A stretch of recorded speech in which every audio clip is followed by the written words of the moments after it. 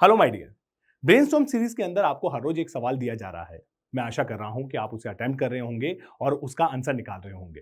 अगर last session की बात की जाए तो लास्ट सेशन में आपको ये सवाल दिया गया था। मैं फिर से आशा करता हूं, होप करता हूं कि आपने सवाल को पढ़ा होगा, अटेम्प्ट किया होगा और इसका आंसर निकाला होगा। अब अगर इस सवाल को पढ़ा जाए तो इसकी लैंग्वेज थोड़ी ट्विस्टेड है। अगर आप इसे करने गए होंगे तो ये आसान लगा होगा। फिजिक्स के जितने भी सवाल होते हैं उनको करने का एक बड़ा बेसिक फंडा होता है। आप क्या कीजिए, पहले सवाल को पढ़िए और सवाल को पढ़ने के बाद उसका डायग्राम बना लीजिए। अगर आपने डायग्राम बना लिया तो आप मानकर चलिए आप फिजिक्स का 80 से 90% सवाल सॉल्व कर चुके हैं।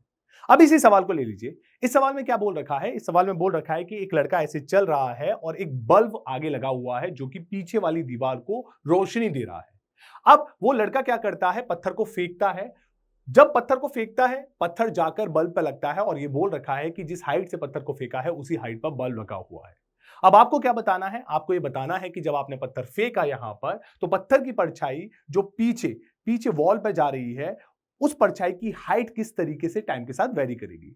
मैं फिगर बनाकर समझाता हूं। जैसे देखिए, मैं फिगर बनाऊंगा आपको और बेहतर क्लियरिटी आने लगेगी। इसलिए फिजिक्स में फिगर को ज्यादा महत्व दिया जाता है, इंपॉर्टेंस ज्यादा होती है।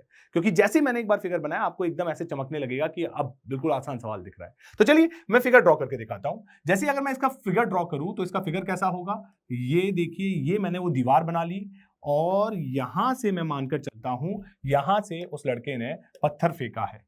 और ये कितनी वेलोसिटी से फेंका है? मैं मानता हूं ये u वेलोसिटी से फेंका है और एंगल आपको दे रखा है ये 45 डिग्री। अब ये कुछ इस तरीके से यहां से प्रोजेक्टाइल करता हुआ सेम हाइट पर बल्ब है, यहां बल्ब पर लगता है। अब ये बल्ब देखिए क्या करता है, ये वाली दीवार है इसको रोशनी प्रोवाइड कर रहा है। अगर मैं किसी जनरल पॉइंट की बात कर लेता हूं, मैं बोलता हूं कि अगर इस जनरल पॉइंट की बात करता हूं, इस पॉइंट पर अगर मैं बोलता हूं कि ये कितनी हाइट पर है, ये y हाइट पर है और ये कितनी दूरी पर है, ये x दूरी पर है, तो इसके कोऑर्डिनेट कितने हो गए? x, y। तो देखिए, अब ये अगर मैं बात करूं इस बल्ब की रोशनी की, तो बल्ब की रोशनी इस पत्थर पर देखिए कुछ इस तरीके से पड़ रही होगी। अगर मैं ड्रॉ करना चाहूं स्ट्रेट लाइन, और इसकी परछाई ये देखिए यहां पर कहीं बन रही होगी।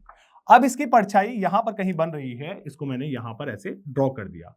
अब इस इंस्टेंट पर मैं मान लेता हूं कि इसकी हाइट ये h है।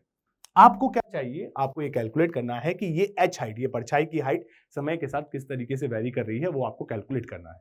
अब आपको थोड़ा बहुत क्लियरिटी आ गया होगा। जैसे ही मैंने डायग्राम बनाया अब आपको बिल्कुल क्लियर हो गया कि देखो कि ये h समय के साथ कैसे वेरी हो रहा है, वो कैलकुलेट करना है। अब इसको कैसे कैलकुलेट किया जाए? देखिए, इसको कैलकुलेट करने के लिए आपको h का फंक्शन बनाना होगा समय के साथ। अब उसके लिए कुछ इक्वेशंस लिखनी पड़ेंगी। तो सबसे पहली इक्वेशन तो देखिए, अगर मैं सबसे पहला तो मेरा काम यह रहेगा कि मैं x और h को किसी तरीके से रिलेट कर सकूं, क्योंकि मुझे x और y में तो इंफॉर्मेशन पता रहती है हमेशा, क्योंकि आपने प्रोजेक्टाइल मोशन पढ़ा है। h के टर्म में आपको इंफॉर्मेशन नहीं होगी, तो मैं क्या कोशिश करूंगा कि किसी तरीके से x और h के बीच में रिलेशन ऑब्टेन करूं। अब वो कैसे ऑब्टेन होगा? उसको ऑब्टेन करने के लिए मैं इसको ट्रायंगल बनाता हूं। देखिए a, b और c, एक ट्रायंगल ये ABC हो गया और दूसरा ट्रायंगल D, E और C। देखिए दो ट्रायंगल दिख रहे हैं। अगर मैं पहले ट्रायंगल की बात करूं, इन ट्रायंगल की बात कर रहा हूं ABC, और दूसरा ट्रायंगल कौन सा है? दूसरा ट्रायंगल है आपका ट्रायंगल DEC। अब देखिए, अगर इन दो ट्रायंगल की बात करूं और मैं सिमिलर ट्रायंगल की प्रॉपर्टी से देखूं तो आपको दिख रहा होगा यहां से H, और आपको क्लियर बता रखा है सवाल में कि जब ये पत्थर फेंका गया तो ये बल्ब कितनी दूरी पर था? यहां से L दूरी पर था, मतलब एक तरीके से आपको रेंज दे रखी है। तो अगर इस बड़े वाले ट्रायंगल से देखूं तो आपको दिख रहा होगा H/L बराबर किसके होगा? अब इस छोटे वाले ट्रायंगल पे देखिए, H की यहां पर क्या आएगा? हाइट y आएगा, और नीचे वाला इस EC कितना होगा? EC आपका निकल कर आएगा L-x। तो देखिए H की बात की जाए तो H क्या निकल कर आ गया? H निकल कर आ गया L divided by L-x multiply by y।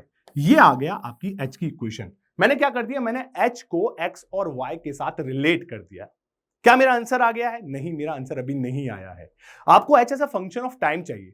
तो सर अब h as a function of time चाहिए तो आपको क्या करना होगा? इस इक्वेशन में से x और y को हटाना पड़ेगा। अब x और y को हटाने के लिए क्या करें? x और y को हटाने के लिए आप याद कीजिए, आपको प्रोजेक्टाइल मोशन में 2D मोशन आपको याद होगा, x और y को t के टर्म में लिखना होगा। अगर t के टर्म में कैसे लिखें? अगर मैं x की बात करूं तो x को t के टर्म में कैसे लिख सकते हो? x बराबर ये u से फेंका है तो आप लिख सकते हो u cos 45 multiply by cos 45 multiply by t। ये पहली इक्वेशन होगी। देखो x को मैंने t के टर्म में लिख दिया। और y को कैसे लिखेंगे? आप याद कीजिए y को कैसे लिखेंगे। अगर मैं ऊपर की दिशा को पॉजिटिव, नीचे की दिशा को नेगेटिव ले रहा हूं तो y को लिखूंगा मैं u cos 45। cos लिख लीजिए, sin 45 लिख लीजिए, क्योंकि 45 है, इतना फर्क नहीं पड़ेगा, इतना फर्क नहीं पड़ेगा। तो देखिए मैंने लिखा cos नहीं, यहां पर sin 45 ut minus half GT square. ये आपकी दूसरी इक्वेशन आ गई। अब आप क्या कर सकते हो, x और y को यहां पर सब्स्टिट्यूट कर सकते हो। अब देखिए आपका आंसर सिर्फ l और t के टर्म में निकलेगा। अगर आप इसको सब्स्टिट्यूट करोगे आपका आंसर आ जाएगा। ये तो हो गया एक तरीका। अब इसको रीअरेंज करना, जैसे भी रीअरेंज करना, उसके बाद फाइनल सॉल्यूशन आपको मिल जाएगा।